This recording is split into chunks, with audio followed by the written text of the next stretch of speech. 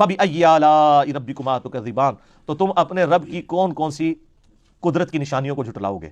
نعمت بھی ہے سورج کا نکلنا اور غروب ہونا، اور یہ قدرت کی بہت بڑی نشانی ہے. سر یہ کوئی نہیں کر سکتا، کوئی نہیں کر سکتا. یہ آپ کے ملک کے اندر ہی کہانی ہے، اور میں اللہ کا شکر ادا کرتا ہوں کہ آپ کے علماء کو انگریزی نہیں آتی اور گوروں کو اردو نہیں آتی. ورنہ جو تسی دسو گے نا شاہ شمس تبریز نے کیا تو بھی شمس تھا میں بھی شمس، ٹھیک ہے جی، وہ بوٹی بون لی سی انہوں نے. اچھا وہ جب بوٹی بون رہے تھے تو جو ملتان کے جو باقی لوگ تھے وہ نہیں بنے گئے، صرف بوٹی بنی گئی ہے، انجینئرنگ ہے.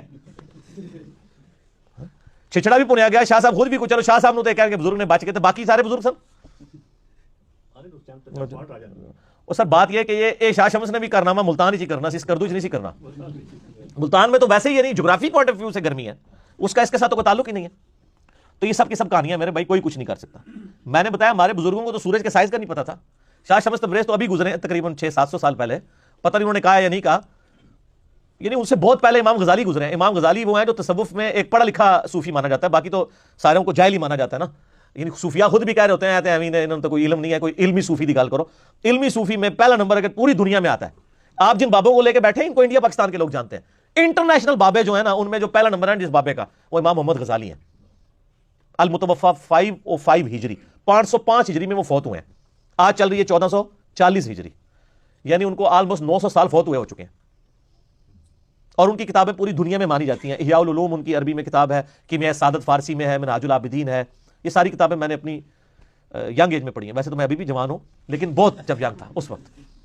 تو وہ کیمیائے سعادت میں یعنی لکھتے ہیں کہ جی سورج جو ہے وہ زمین سے 160 گنا بڑا ہے. مختلف جگہ مختلف لکھا ہوا ہے، ہم نے وہ اگلے دن چڑھا بھی دیا اس کا جے پی جی. 160 گنا. آج ہمارے بچے کو بھی پتا ہے کہ سورج زمین سے 160 گنا بڑا نہیں ہے، 1060 گنا بڑا بھی نہیں ہے، 1,60,000 گنا بڑا بھی نہیں ہے، 13 لاکھ گنا بڑا ہے. اور سر جن بزرگوں کو سورج کے سائز کا نہیں پتا، انہوں نے سورج کو بلانا ہے. کہانیاں. نبیوں کا معاملہ الگ ہے. نبیوں کو اللہ نے منوانا ہوتا ہے، بابوں کو اللہ نے منوانا نہیں ہوتا. نبیوں کو ایسے معجزات دیے جاتے ہیں تاکہ مخلوق ان کی طرف مائل ہو. وہ ایک معاملہ بالکل الگ ہے. جیسا کہ اب آپ دیکھیں بخاری اور مسلم دونوں کے اندر حدیث موجود ہے کہ نبی صلی اللہ علیہ وآلہ وسلم، ادھر سے راستہ دیتے ان کو، ادھر سے فرماتے ہیں کہ یوشع ابن نون جب یعنی فتح کر رہے تھے بیت المقدس، تو جمعرات، جمعے کا دن آ گیا، اگلا دن تھا ہفتے کا دن. ہفتے والے دن یہودیوں کے ہاں، یعنی مسلمان تھے سارے اس وقت، جب تک ہمارے نبی علیہ السلام کا انہوں نے انکار نہیں کیا تو وہ اس وقت تک کافر نہیں تھے. تو جہاد کرنا، قتال کرنا منع تھا کیونکہ وہ ان کا امن کا دن تھا. اب فتح بالکل قریب تھی، جمعے کا سورج غروب ہو رہا تھا.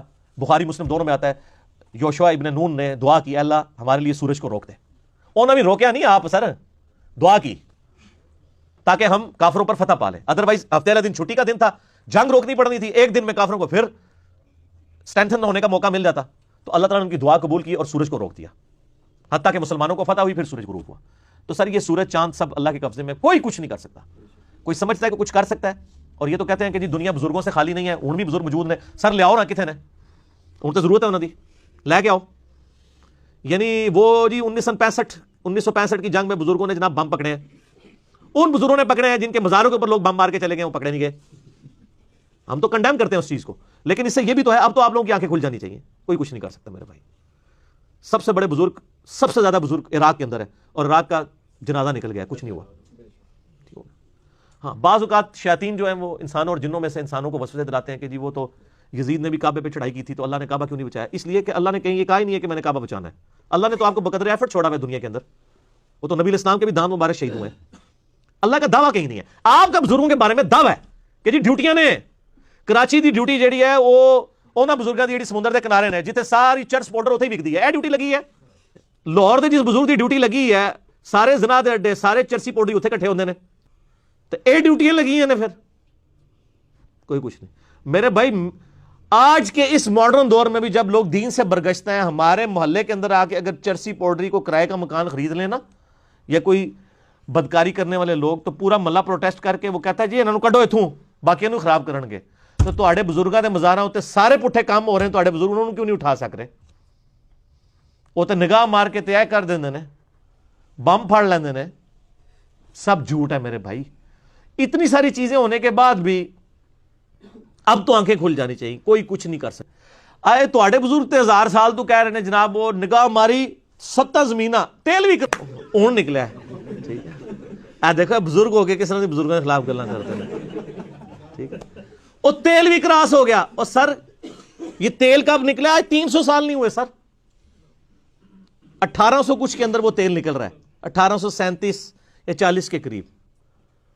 یہ نبی علیہ السلام کی جو احادیث میں بخاری مسلم میں جس تیل کا ذکر ہے وہ کھانے والا زیتون کا تیل اور سرسوں کا تیل ہوتا تھا. وہی دیا جلانے کے لیے بھی استعمال ہوتا تھا, وہی کھانے پکانے کے لیے بھی. اور سر یہ تیل تو اس سے بھی بعد کی جو ڈسکوریز ہیں اس میں سے سولر سیل ہیں, سورج کی روشنی سے. یہ سورج تو پہلے سے موجود ہے, ہمارے کسی بزرگ نے کوئی دریافت کر کے کوئی کرامت دکھا کے سورج سے بجلی کیوں نہیں بنا کے بتا دیے؟ تو یہ جو لوگ کوشش کرتے ہیں نا, اللہ تعالیٰ ان کے لیے راہیں کھولتا ہے. شروع میں آپ دیکھیں میڈیکل سائنس کے اندر, کیمسٹری کے اندر مسلمان سائنٹسٹ نے ترقی کی ہے, اور اللہ تعالیٰ نے ان کے اوپر یعنی اس کائنات کے راز کھولے. اس کے بعد کرسچنز نے کی ہے, اللہ نے ان پہ کائنات کے راز کھولے. اس کا تعلق فزیکل ورلڈ کے ساتھ ہے, کوئی روحانیت کے ساتھ اس کا تعلق نہیں ہے.